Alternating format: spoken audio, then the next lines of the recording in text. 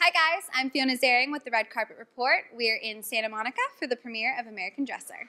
Congratulations. Thank you. What an incredible movie. You're not a stranger to this type of character, as we all know. Is there something in particular that draws you to these types of characters and these types of roles? I'm not exactly sure what type of character it is. Like, he's an alcoholic. Like a military, He's an alcoholic. well, ex-military. Ex-military. Yeah, and it's been a long time. So he's a veteran, just like everybody in my dad's generation was in World War II. Okay. When I grew up, like all my friends' dads had been in the military. The whole neighborhood was full of baby boomers running around, and and the dads had all come home, obviously, right, or they wouldn't be there. Right. So, motorcycles, is that something that you've lived with your whole life? Did you learn for the movie? No, it wasn't my whole life. I had one in Kansas City, like when I was 21. I had a job there right out of college, and I had one. So my car broke down, and I couldn't afford anything but a motorcycle, and so I was on that for about 9 months till the weather went south, and then I moved to New York. So I go, well, this isn't going well. Yeah. So I think it's sort of a redemption of your character. Is there something that you hope people take away from his story, take away from the film? Like, what do you hope people feel when they walk out of this story? Well, I don't know. Yeah, it's kind of hard. A priest could probably explain it better than me, but it's like, he's got a drinking problem. He's got ghosts from the past, which would be Vietnam, and so does his friend. Right. But he's more physically messed up and less emotionally. But mine's got a drinking, it's an addiction problem, and his wife has died, and he's just depressed beyond belief, as any of us would be. But he's not dealing with it well, and he's having problems with his youngest daughter, and he's not being a good dad, as hard as that is, under the circumstances. And he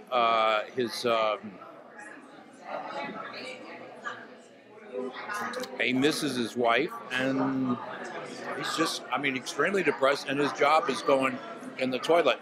He needs His something. job is going in the toilet too. He owns his own little business, but he needs an adventure.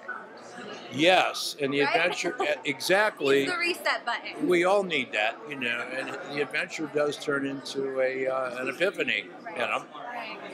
and it clears his head, as sometimes motorcycle riding can do. Right. Gives you the freedom. Yeah, my wife does it, and I understand it. I do it, so I understand. Like, yep. First of all, you have to concentrate. You really can't. She says, I think about all kinds of things. I said, I don't think about depressing stuff. I don't think about huge problems, but I think about stuff. But go in and out of it in concentration, because you have to be concentrated. And I said, the only other thing more extreme than that would have been jumping out of planes and parachutes, which I've done 40 jumps. And you don't think about anything. Except the exact moment and where you are, the altimeter, when you open the chute, but you can look around for a little while. Yeah. The time is weird. It gets extended. Yeah. Like that. Interesting. Quickly, Keith David plays your best friend. Yeah, you can and tell. he should be here. I saw him earlier today. Maybe he's late. Maybe he's running late. Yeah, which is in Hollywood is the thing to do. Be late. Fashionably late. Yeah. Well, you can tell I'll give him. Give him a hard time. I will. You can tell just from the trailer that you guys have such incredible chemistry. We had a great time. One, because we already knew each other, Right. for 30-some years ago, Yeah. like on Platoon. Yeah. And the weird thing was, although, I knew him through the whole training period, Yeah. 3 weeks, and then, 10 weeks of shooting.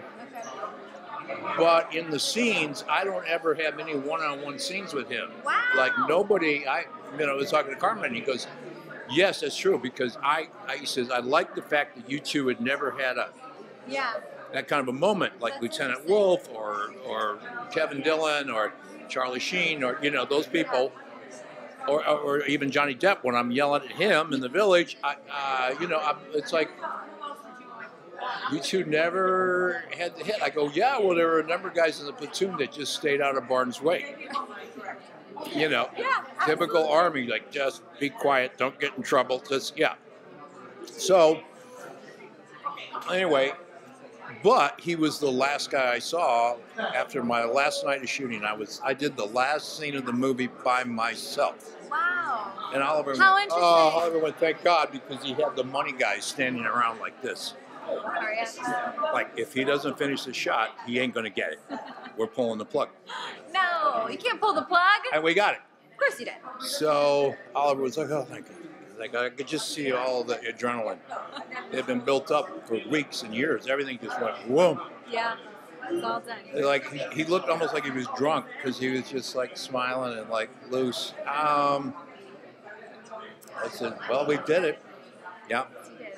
And now you get to share it with everybody else. So there you go. I went back to the hotel. They said, well, Keith David's still here. I go, everybody's gone. It's so lonely. I was the last actor. Yeah. I did a scene by myself. And they said, Keith David's still here. I went, yeah, he's back at the Manila Gardens Hotel. He stayed a couple extra days. I went, yeah, they go to his room, just ask the front desk. So I went down, I called him, went down, had a beer, said goodbye. Next day I was on the plane, go home. Oh, well, what a nice ending to an amazing experience and amazing production. I'm going to let you go because I know everybody wants to talk to you, but congratulations. Yeah, it was just, it was lovely to meet you. And it was fun to do it. And one day we had a day off and we went over to the Finger Lakes. And we went out and we had a really nice brunch or something like that. My wife and him and I, and the three of us, and she started asking us about Platoon. Yeah, not like a reporter, but she just, so you guys, and we're like, what? We're like drinking coffee and eating eggs and whatnot. Well, and then we got on sort of reverie. We started talking and the training, the shoot, this, that, and she was just, yeah.